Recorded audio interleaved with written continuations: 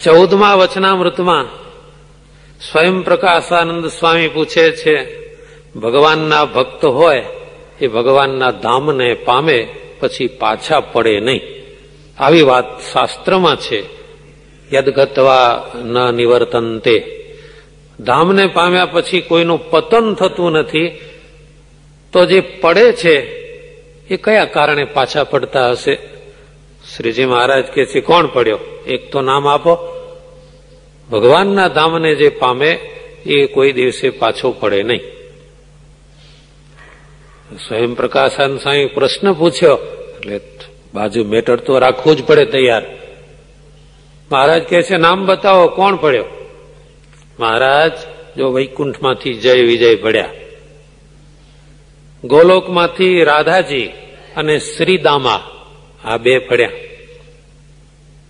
શ્રીજી મહારાજ કહે છે, જય વિજય પડ્યા નથી. એ તો ભગવાને પોતાના સંતનો મહિમા દેખાડવા સારું એને ફરજિયાત રજા ઉપર ઉતાર્યા. પડ્યા ન કહેવાય. જેમ કોઈ કારણ હોય, ભાઈ તમે આજથી 1 મહિનો ના આવતા ઓફિસે, એટલે ફરજિયાત રજા ઉપર ઉતારવા પડે છે. ઘણી વાર એવું ક્યાંક વાંચ્યું છે. સનકાદિક જેવા સંતનો દ્રોહ કરે તો વૈકુંઠ જેવા ધામને પામ્યો હોય તો પણ એને પાછા પડવું પડે છે. સંતનો મહિમા દેખાડવા માટે ભગવાને પોતે જય વિજયને ધરતી ઉપર મોકલ્યા. એ પડ્યા ન કહેવાય, કારણ કે ત્રીજે જન્મે એ વૈકુંઠમાં પાછા પહોંચી ગયા.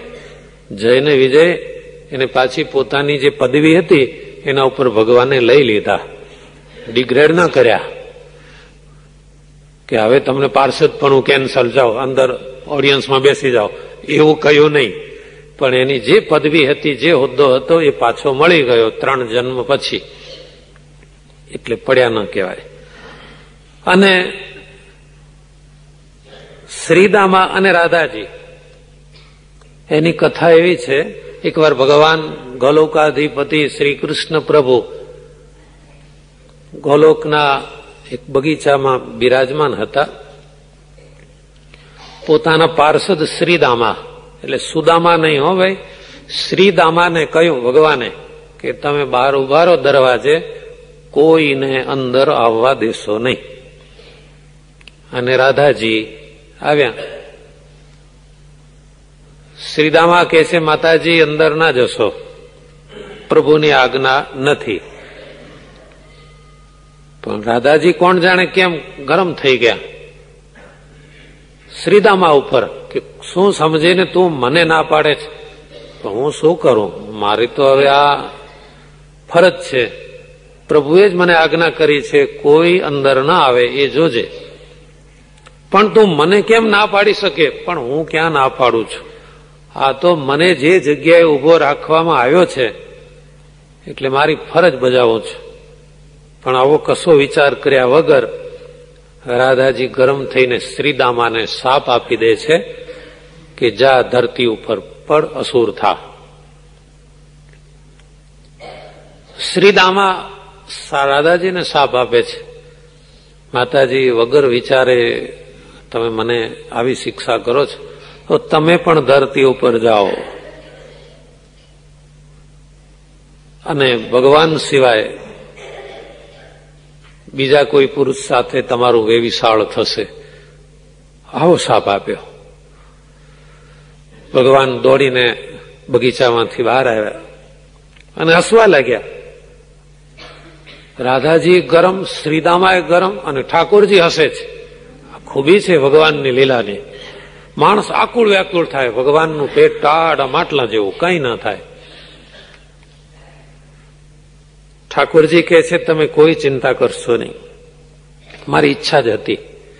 અત્યારે ધરતી ઉપર બહુ પાપીઓ વધી ગયા છે. બ્રહ્માજીએ કેટલી વાર પ્રાર્થના કરી છે કે ભગવાન પાપીઓનો નાશ કરવા, પુણ્યશાળીની રક્ષા કરવા, ધર્મની સ્થાપના કરવા આપ પધારો પધારો. પણ મને એમ કે કઈ રીતે પધારવું? પણ આ તમે બે સારું ગોઠવી દીધું બારોબાર. એટલે હવે શ્રીદામાને પ્રભુ કહે છે, તું અસુર થઈશ એટલે તારો ઉદ્ધાર કરવા હું આવીશ. અને રાધાજીને કહે છે, તમે ચિંતા ન કરતા, તમે વૃષભાનુને ત્યાં જન્મ લો અને અમે આવી વૃંદાવનમાંથી આવીને તમારો હાથ ઝાલી લઈશું, અને સાથે અમારી ઈચ્છા છે એટલે ધર્મની સ્થાપના, અસુરોનો નાશ, આ કામ કરીશું. શ્રીજી મહારાજ કહે છે આ રીતે આ એક યુક્તિ હતી, ભગવાનની ઈચ્છા હતી પૃથ્વી ઉપર પ્રગટ થવાની. એટલે શ્રીદામા અને રાધાજીના વચ્ચે મતભેદ થયા. એ કઈ ધામમાંથી પડ્યા ન કહેવાય.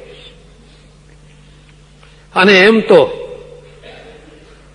ભગવાનની ઈચ્છા એ તો અક્ષરધામમાંથી પણ દેહ ધરે. શ્રીજી મહારાજ કહે છે કે ભગવાનની ઈચ્છા થાય તો અક્ષરધામમાંથી પાછા અવાય. સ્વામિનારાયણ ભગવાન જયારે પ્રગટ થવાના હતા ત્યારે અક્ષરધામના મુક્તો ગોપાળાનંદ સ્વામી, બ્રહ્માનંદ સ્વામી વગેરે 500 પરમહંસોને કહ્યું કે તમે પણ ચાલો. મહારાજ પણ અમારું શું કામ છે? શ્રીજી મહારાજ કહે છે ના ના, કળિયુગ છે, તમારી તો બહુ જરૂર પડશે સંત સમાગમની. અને ભગવાનની ઈચ્છા અને આજ્ઞાથી આ 500 પરમહંસો અક્ષરધામના મુક્ત હતા એ પણ ધરતી ઉપર આવ્યા અને ભગવાનની ઈચ્છા પ્રમાણે સૌએ જન્મ લીધો. સ્વામિનારાયણ ભગવાન કહે છે આ રીતે કોઈ પડ્યા ન કહેવાય. શ્રીજી મહારાજે આટલી વાત કરી અને પછી કહ્યું, લ્યો અમે એક પ્રશ્ન પૂછીએ છીએ. મહાભારતના ઉદ્યોગ પર્વમાં સનત સુજાત ઋષિએ ધૃતરાષ્ટ્રને એમ કહ્યું છે કે એક તો પ્રમાદ અને બીજો મોહ, આ બે જો જીવનમાંથી ટળી જાય તો એ ભગવાનની માયાને તરી જાય છે. જ્યાં સુધી પ્રમાદ અને મોહ જીવનમાં હોય ત્યાં સુધી કોઈ જીવ ભગવાનની માયાને તરી શકતો નથી. તો અમારો પ્રશ્ન એ છે કે આ પ્રમાદ અને મોહ જેના જીવનમાં રહ્યા હોય અને ટાળવાનો આગ્રહ ન કરે તો એવા ભક્તને દેહ છતાં કેવું સુખ હશે અને દેહ ત્યાગ પછી કેવા સુખને પામશે. સ્વયં પ્રકાશાનંદ સ્વામી કહે છે મહારાજ ભગવાનનો મહિમા સમજીને ભક્તિ કર્યા કરે, પ્રમાદને મોહ ટળે કે ન ટળે એની ચિંતા જ નહીં કરવાની. શ્રીજી મહારાજ કહે છે એક ભક્ત એવો છે કે પ્રમાદ અને મોહ ટાળવા માટે પ્રયત્નશીલ રહે છે, અને બીજો તમે કહો છો એવો છે પ્રમાદ અને મોહ કઈ નહીં, ભલે ને પડી રહેતા બે માખીઓ વધારે ઉડ્યા કરશે. આપણે આપણું કામ કર્યા કરો, ભગવાનમાં પ્રેમ છે એટલે બહુ થઈ ગયું. આ બે માંથી કયો સારો?